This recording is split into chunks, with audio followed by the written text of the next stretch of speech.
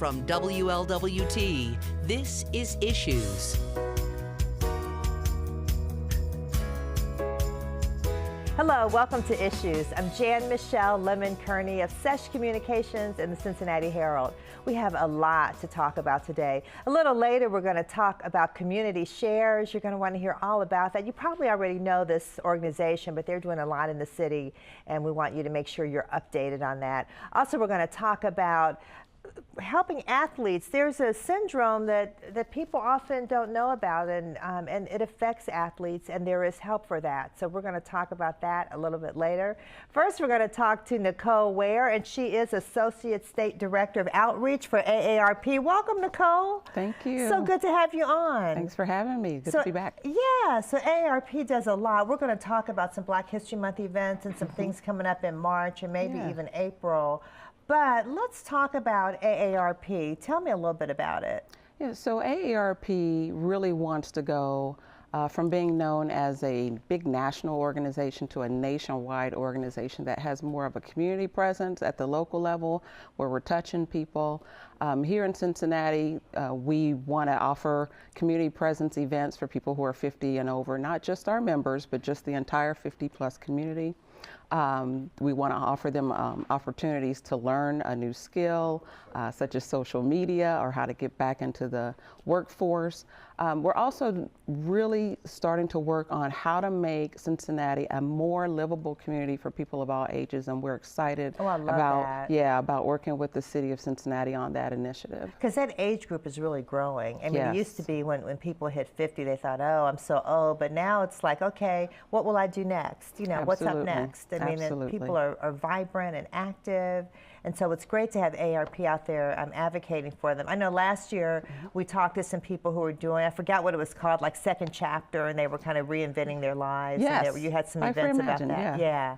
So this year, what kind of programs are happening? What's new with the AARP in Cincinnati? Well, what's new, we're going to continue our work with family caregivers, helping them care for their loved ones. People, want to stay in their homes. Research has shown that. But also caring for themselves as they care for them loved ones. And right, because you got to take care of yourself. You have to. And as a former caregiver and a future caregiver, I completely understand that. Many people, when they're caring for a loved one, especially when it's a family member, you don't consider yourself a caregiver. And so you tend to neglect yourself. So we offer them some tools, for stress relief and a fun night out, as well as helping them to prepare long-term for what those events looks like. Right. And then in terms of the job market, because a lot of people are not retiring at 50. They're still working and even looking to start businesses and second jobs, or third or fourth jobs. What kinds of services are there for those folks? Yeah, so we have some ongoing free workshops. I love the free. Yes. A lot of what we do is free, actually. The workshop is called Job Search in the Digital Age. Okay. And we actually work with the 50-plus population to help them understand that the job search has changed from, filling out the application, showing up at the door with your best smile on, thinking you'll get an interview. It's all online now, and it's through networking. And so we have a workshop to teach them some tips and tricks on how to do that online and then follow up. Get ready, because there are a lot of companies who are looking for older workers. Yes. So there are lots of jobs out there. Yes. So okay. So now it's Black History Month, and I know you have some things going on. Tell us about those. We do. We have a slate of things going on, actually. We're really proud of our lineup for Black History Month. We have a soul cinema. We've done a couple. Our second one will be featuring the film Detroit. I heard that was so good. It's a riveting fact-based story about the 1967 Detroit riots. When the city was on fire. Yes. Obviously the 60s. As was Cincinnati, as were lots of cities in the country. Right? A time of racial tension. Right. In that particular neighborhood that was predominantly Black, but the police force was predominantly white, there was an incident that triggered the riots, and the neighboring neighborhoods started to riot. So we're going to feature that. Now let me ask you, is there any discussion afterwards, or? There won't be discussion afterwards for this one. What we're Okay. going to do is talk about some of the other social impact services that we offer. Okay. That event is February 13th Okay. at 7. I want to make sure I get the date Okay, right. yeah. At, excuse me, the Northgate Escape Theater. Okay, all right. Yeah. 7 p.m. 7 February p.m. 13th. I think that's a Tuesday. Yeah. That is a Tuesday, Okay, yes. all right. And then later this month, on February 24th, we will be back at the Freedom Center offering free admission to see the Kinsey African American Art and History Collection. Oh, you know, and I have not been yet, which is just crazy. I mean, I really need to go take my son. I mean, I hear that is really fantastic. It is Yeah. something to see. It spans 400 years of history. It's the largest privately owned collection in America, so we're proud. And to I've heard that. it's just phenomenal. It And is. people are saying if you know, even if you know something about history, you're going to learn something new. And if you need to know more about history, you're going to learn a lot. Absolutely. So, and that's February 24th. It's Saturday, at the February 24th. National Underground Freedom Center. Okay. Yes. Okay. And then in March, we have, because this is the year of the volunteer. I know you all are so busy. I know. We're having our volunteer information session. We get our work done through the community, through the 50+ population. So March 12th at Interact for Health, we're going to invite the community to come find out what we do and get involved. And that's right over in the Rookwood area. Yes. Right. Okay. So let's give a number to call. Yes. Now, so the number I have, let's see if this is right, 877-926-8300. That is And I correct. think Jeff has it up on the screen, but it's, oh, there it is. Go ahead and tell us, Nicole. Yes, so it's 877-926-8300 is the number you can call to register for any of those events and other events that are coming up. Okay, so that's the volunteer fair. So for people to It's come- for all of the events Oh, I for just talked everything. about. Okay, Mhm. for all of that. Okay, great. Okay, so people should come and for that. Now let me ask you all doing any shredding events coming up? I've been waiting to hear about that. Yes, we are actually talking about that now. Oh, yay. We don't have a definite date on that. Well, let us because, know. Yes, I'd be happy to come back Because and talk that's so more much about fun. that. You drive up, you hand all your stuff that needs to be shredded, and you drive away. We're gonna we're gonna stay tuned for that. Okay. All right. Thanks, Nicole. Thanks Thank for you. coming on. Okay, and then they have more stuff coming up in April every month. AARP does so much. So we will keep you updated. We'll be right back in just a moment.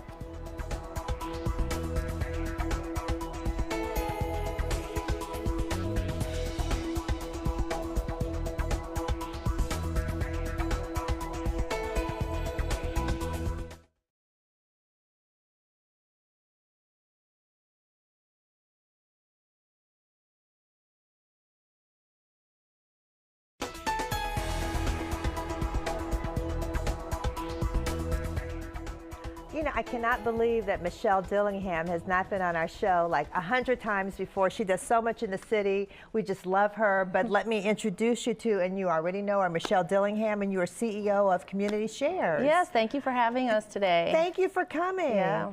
So, and I just can't believe this is your first time on the Issues. I said, I know you've been on before, but I guess not. I mean, yeah. We have to fix that. We'll have to fix that. Okay, well, Community Shares, tell us Yes. about it. Well, Community Shares is a local fundraising organization.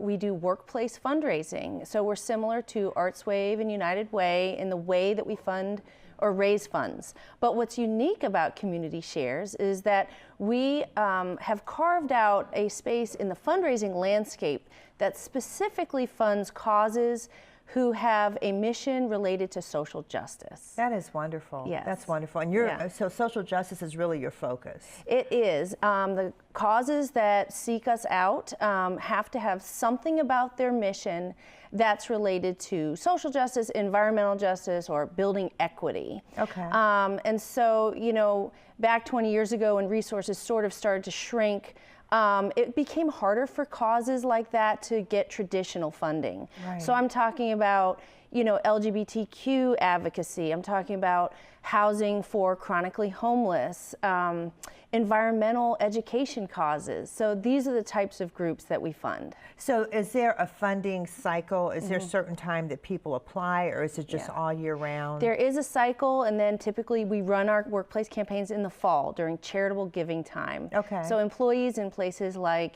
University of Cincinnati and the public library will see their Community Shares pledge cards And that's where they have the opportunity to pick the causes that they're most passionate about. Oh, wonderful. Yeah, and so and understanding that the money is going towards social justice, I love that. Goes directly to those causes that they pick. So we're total choice in giving. It's a great model of funding. And we are. And I should ask you, is this only in Cincinnati or is this kind of a national? It's actually a national organization. Okay. There's 15 community shares, across 15 states. Okay. So we are a national model. Wow, Yeah. that is wonderful. Okay, now you have an event coming up Friday, February 16th. Tell us Yes, we about do, that. and hence the red, because it's a Valentine's party. Yes. And it is a fundraiser for community shares, but what's unique this year is we are presenting a sort of brief keynote called The State of Social Justice in Greater Cincinnati. Okay. So we've had the state of the state, the state of the city, and now we're going to do the state of social justice. That's right, that's right. Okay. And we feel we are uniquely positioned to really give a critique of where we are with issues of social justice in our region. Also, those types of speeches have sort of been given to inspire, to lay out a future agenda. Most notably, presidential States of the Union have been like the War on Poverty announcement, Right. Back in the 60s. So we really are excited about really offering a presentation to our supporters about where we are. So now, how are you assessing where we are? Yeah, that's a great question. So there's lots of indicators of social justice, right? And for the most part, in general, what we mean by social justice is, does every person, regardless of their social identity, their race, their gender, have a fair and equal opportunity to fulfill their fullest potential in what they want for their lives, right? Wow. And what we know is that we are not there yet in our region. In fact, based on what neighborhood you live in can determine the very length of your life, right? Isn't there's that a amazing? 20-year difference. Yeah. And what are those indicators that are about that? And it's access to food, healthy foods, it's access to health care, it's community safety. So you break that down. So we are able to touch on a lot of the different indicators. Racial segregation in terms of our city. We are one of the most, we continue to be one of the most segregated cities. Which is just amazing. I mean, it's like, wow, that's been going on forever. Yes. And you would think we're doing better, but it sounds like we're not. Well, unfortunately, it was codified and it was in policy that our city be segregated. So it takes a while to get out of that. Yeah. But the interesting thing is that segregation is actually a predictor of income mobility, meaning the extent to which a child who is in a poor household can move up into middle class or upper class has a great deal to do with whether they're living in a racially segregated city. Wow. The other predictors include access to education, right? So when you look at social justice, it's very multifaceted, and it's all about supporting the individual to allow them to be the most that they can be. The most they can be. Yes. So we're going to hear more about that. That's Friday, February 16th from 6 to 9 p.m. at the Phoenix. Yes. 812 Ray Street. It's right up here. Tickets are $75. UC Health is the presenting sponsor. And I'll give that number to call because we're running out of time. 513-724-4483. And one more time, 513-724-GIVE, which is 4483. Michelle, you're going to have to come back. I will. Yeah, so much to talk about. There is. Thank you for having us. Thank you for coming on. All right. So we're going to stay with us. We're going to give you a Black History moment at the Wesley Cemetery. Then we'll be back with segment 3. Be right back. WLWT celebrates moments in Cincinnati Black history. Wesleyan Cemetery is the oldest continuously operating cemetery in Hamilton County, Ohio. The first cemetery in Cincinnati designed in a park-like fashion. Veterans of every U.S. war are interred at Wesleyan. 6 African Americans, including John Yates, Henry Clay, and Richard Gordon, who served in the Civil War, are in unmarked graves in what was once the segregated section. The cemetery has maintained records of its burial and grounds since its founding, the first in Cincinnati to keep such records. Wesleyan Cemetery is recognized for its role in the escape of the 28, one of the Underground Railroad's largest and best documented slave escapes in its history. The first resident physician of Cincinnati, Richard Allison, is interred at Wesleyan. He held the rank in the military equivalent to Surgeon General from 1792 to 1796.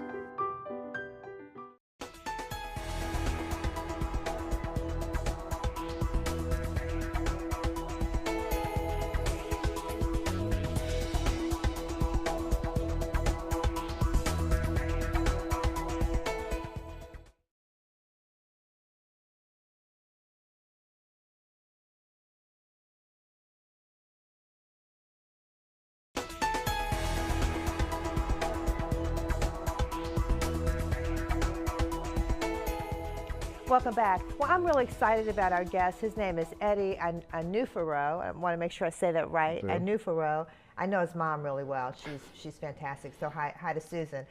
But you've got so much going on, and this is really, the people who are athletes need to listen to this. There's something new that you've discovered, and you even have a company that has treatment for it. Let me give you a quick background. You went to the University of Cincinnati, and then were you a biology major, and then you went on to med school in Toledo? Correct. You completed medical school, and then somewhere in there you worked for Procter & Gamble. I guess that was before medical school. Before medical school.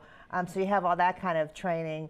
But after you became an MD, you said your calling was somewhere else. And you started working with athletes, right? Absolutely, yes. So I transitioned out of the medical field into coaching, which also brought me back home to the Cincinnati area. And you have some great kids, and they're athletic, and oh my goodness, they're wonderful. And so smart. Yeah, and shout out to Chiquita, your wife. I just know the whole family. Just so happy to finally get to talk to you.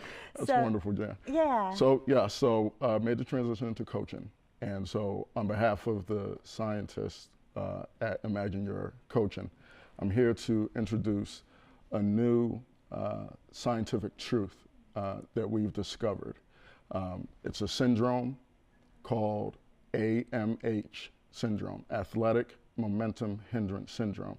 Athletic momentum hindrance. Okay, exactly. So it's holding athletes back from their momentum. Okay. Exactly. It's having a huge impact on the world stage, but I'll get into the signs and symptoms first. So we began working with some athletes? Yeah, we began working with some athletes, some golfers at first. Okay, some golfers, all right. The first golfers, and they all had what is termed in the golf community the yips. Okay. Okay, so if you can imagine, if you've seen footage of Charles Barkley playing golf before, it's very similar to that. Okay. Started working with these golfers, and we were showing improvement with the scientific method that we use to teach sports, however, not enough. So we also started diving into exactly what the root cause of this thing called the yips is. And yips was something that gets in the way of really doing well. Of performing correctly, exactly. And it's been mythical up until this point. What we have done is we have bust the myth. Okay? So what's happening, what we were able to realize is that the yips is actually a momentum defect. Okay, and you've shown that in basketball players? Basketball, golf, it's wide-reaching. It transcends through sports. And tell us some symptoms of exactly. AMH. Yes. So our first big discovery that launched our learning was that there is actually a center for momentum processing in the human body. Now, we term that human momentum center. Okay. Now, once the human momentum center is injured, if it becomes injured, then the syndrome, AMH, can set in. Okay, all right. Now, here's a distinctive thing about... So it sounds to me like that could happen in any sport. Exactly. Right, yeah. Exactly, or even through their walk of life sometimes. Right. But it is typically major for the center to be affected. Okay. Now, a very distinctive attribute of AMH that separates it from anxiety especially is the syndrome lays dormant. So while the athlete is not performing, they feel perfectly fine. It's not until they start performing that they realize something's holding them back. It's when the tension and momentum meet, that's when they begin what we call AMH attacks. Okay. Okay. And so here are the syndromes. And they wonder what happened to my game. Why am I, why am I Yeah. not performing well? Yeah. Exactly. Right. And they don't exactly. realize it's AMH. It is AMH. Now Yes, your they have an company AMH actually attack. helps them because they can get over this. You can. Absolutely. We have been able to successfully develop a remedy for the AMH syndrome. Wow. And so I desperately want to get that word out to the world, so Right. the athletes know there is help out here. Okay. So let's give, Jeff is saying, let's give people a phone number to call for and your company's called what? It's Imagine Your Coaching. And your is you are. You are. Okay. Okay. So we're going to have the information up on the screen in just a Can we second. do There this? it is. Imagine Your Yes. Coaching LLC. Give us that phone number, Eddie. It's 513-883-4773. And give it one more time. 513-883-4773. Now, the signs and symptoms are extremely important. They're different depending on the sport. Okay. But these key signs and symptoms transcend most of them. Okay. We have offbeat, which means, now all these start occurring at the same time also, right? When Okay. tension and momentum meet. So you want to list them real quickly because we only have a few seconds. Real quick. Okay. So offbeat, the athlete all of a sudden appears clumsy and clunky, leads to misses, obscure misses and turnovers. We have repulsion. So the athlete tends to stay away from where the momentum is stirring and has a problem with the strike and activity. So you'll see like a basketball player will get right to the basket and kick it away because they're not able to strike, okay? Another one, and this also separates it from anxiety, these two. Pain, there's paralytic pain when they're attempting to make that strike, okay? As in they get frozen. And then there's what we call practice to game break, which is in practice, these athletes perform spectacularly. But not in the game. But when it comes time for game time, kind of like a Tiger Woods. Practice-wise, I've seen him since his debacle, but game-wise, it cracks down. So Eddie, we're out of time, but we're going to give your number one more time for Imagine Your Coach. Yes. Coaching. Imagine Your Coaching, and let's also put the website up there. I Am Your Coach. We'll connect people through WLWT.com. That'll make it really easy. Good. So the phone number was? So the phone number is 513-883-4773. Okay, and people need to go to your website and Go learn to the more about website. this. I want the athletes, professional, and college. We're starting to see it in college a lot. Great. Know that there's a cure, there's a remedy. There's help. Reach out, absolutely. Stick with us. We'll be back in just a moment. Thank you, Eddie. That was fun.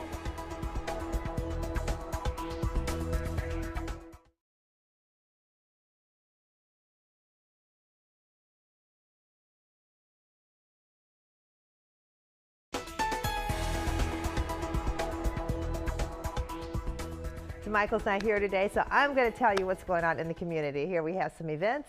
Home ownership starts with you, class. It's Saturday, February 17th, 10 to noon at the Section 8 office, 1635 Western Avenue. For more information and to register, call 513-977-5840 or 513-977-5853.